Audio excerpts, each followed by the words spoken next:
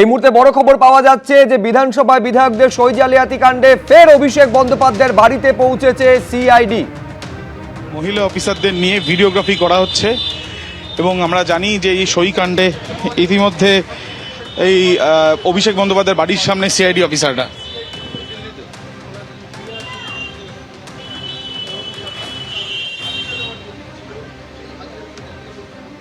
অভিষেক বন্দ্যোপাধ্যায়ের বাড়ির সামনে এসে পৌঁছেছেন সিআইডির অফিসাররা। সই যে কাণ্ড, সেই সই কাণ্ডে আমরা দেখছি যে মহিলা অফিসারদের নিয়ে ভিডিওগ্রাফি করা হচ্ছে। এর আগে দুটি নোটিশ করা হয়েছিল অভিষেক বন্দ্যোপাধ্যায়কে। আজকে 8 তারিখ অভিষেক বন্দ্যোপাধ্যায়ের ভবনে সিআইডি দপ্তরে হাজিরার দেওয়ার তারিখ ছিল বা দিন ছিল, কিন্তু আমরা দেখেছি যে ছবি সামনে এসছে যে বিরোধী জোটের যে বৈঠক সেখানে তিনি উপস্থিত, কিন্তু সিআইডির তরফ থেকে ইতিমধ্যে এসে তারা পৌঁছেছেন অভিষেক বন্দ্যোপাধ্যায়ের এই যে কালীঘাটের যে বাড়ি রয়েছে সেখানে। এবং আমরা দেখছি যে দুজন সিকিউরিটি গার্ড তারা এখানে রয়েছেন। সেই সিকিউরিটি গার্ডদের তারা কিন্তু বলছেন যে তারা কথা বলতে চান। সেই সিকিউরিটি গার্ডরা এখনো পর্যন্ত দরজা বন্ধ অবস্থাতেই রেখেছেন, হাতে ফাইল সিআইডি অফিসারদের, এবং সেখানে সম্ভবত কিছু নথি, যে নথি তারা দিতে চান বা নথি সেটি নোটিশ হতে পারে, এবং সেই নোটিশ বা সেই নথি তারা দিতে চান বা সেই বিষয় নিয়ে তারা কমিউনিকেশন করতে চান। সেই জন্যই তারা কিন্তু অভিষেক বন্দ্যোপাধ্যায়ের বাড়ির এই যে সিকিউরিটিতে যে দুজন রয়েছেন তাদের সাথে কথা বলছেন। ভেতরে একটি গাড়ি রয়েছে এবং বাইরের যে গেট, সেই গেট বন্ধ অবস্থায় অভিজিৎ দাস দেখাচ্ছে সেই ছবি, এবং তার সাথে সাথে আরও একবার আমরা ছবিটা দেখাচ্ছি। সরাসরি সিআইডি অফিসাররা, মহিলা অফিসাররা রয়েছেন এবং ভিডিওগ্রাফি করা হচ্ছে। তারা এসে পৌঁছেছেন এবং তারা এখানে এসে যে অভিষেক বন্দ্যোপাধ্যায়ের খোঁজ করছেন। সেখানে দেখা যাচ্ছে তাদের যে সিকিউরিটি গার্ড তারা ফোনের মাধ্যমে সেই বিষয়টি, সিআইডি যে এসছে সেই বিষয়টি নিয়ে কথা বলছেন, কিন্তু এখনও পর্যন্ত কোনো রকম নথি হ্যান্ডওভার বা নথি ধরা বা নথি নেওয়া সেই প্রক্রিয়া কিছু চোখে দেখা যায়নি।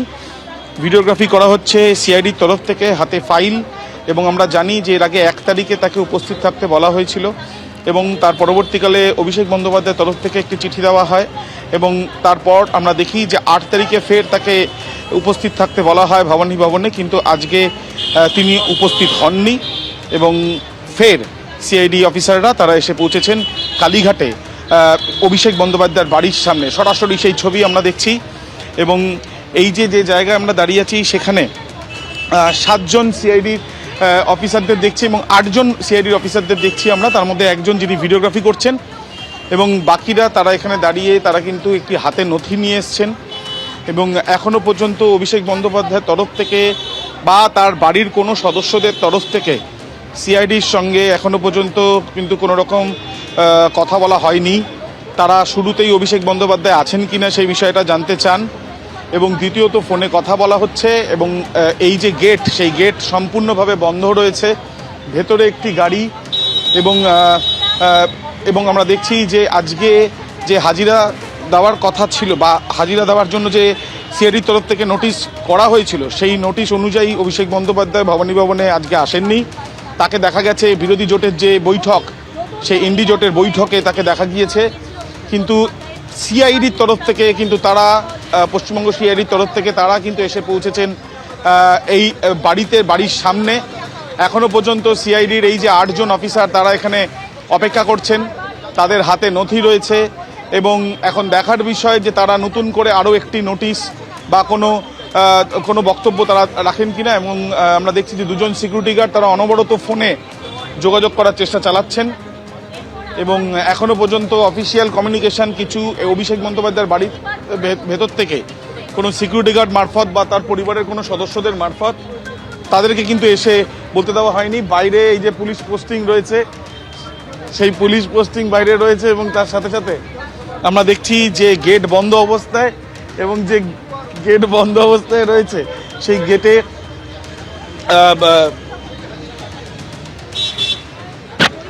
এখনো পর্যন্ত আমরা দেখছি যে সিআইডি অফিসাররা অপেক্ষাই করছেন, এবং সিআইডি অফিসাররা অপেক্ষা করছেন আমরা দেখছি।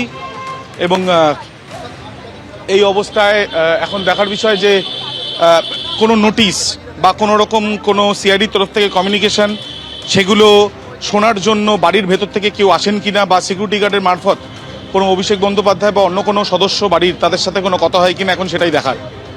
আবির, তুমি আমাদের ছবি দেখাতে থাকো। অর্থাৎ এটা দ্বিতীয় নোটিশ ছিল, যে দ্বিতীয় নোটিশে আজকে হাজির হতে বলা হয়েছিল সিআইডির সামনে জিজ্ঞাসাবাদের জন্য, কিন্তু তিনি হাজির হননি। সিআইডির একেবারে টিম তারা পৌঁছে গিয়েছে কালীঘাট রোডে অভিষেক বন্দ্যোপাধ্যায়ের বাড়িতে। এর মধ্যে আপনারা জানেন যে অভিষেক বন্দ্যোপাধ্যায় সময় চেয়ে 10 তারিখে তার এই সংক্রান্ত মামলার কলকাতা হাইকোর্টে শুনানি রয়েছে, এই কারণ দেখিয়ে সময় চেয়েছিলেন। তারই মধ্যে সিআইডির একটি টিম তারা পৌঁছে গিয়েছে কালীঘাট রোডে অভিষেক বন্দ্যোপাধ্যায়ের বাড়িতে। এবিপি আনন্দ, এগিয়ে থাকে, এগিয়ে রাখে।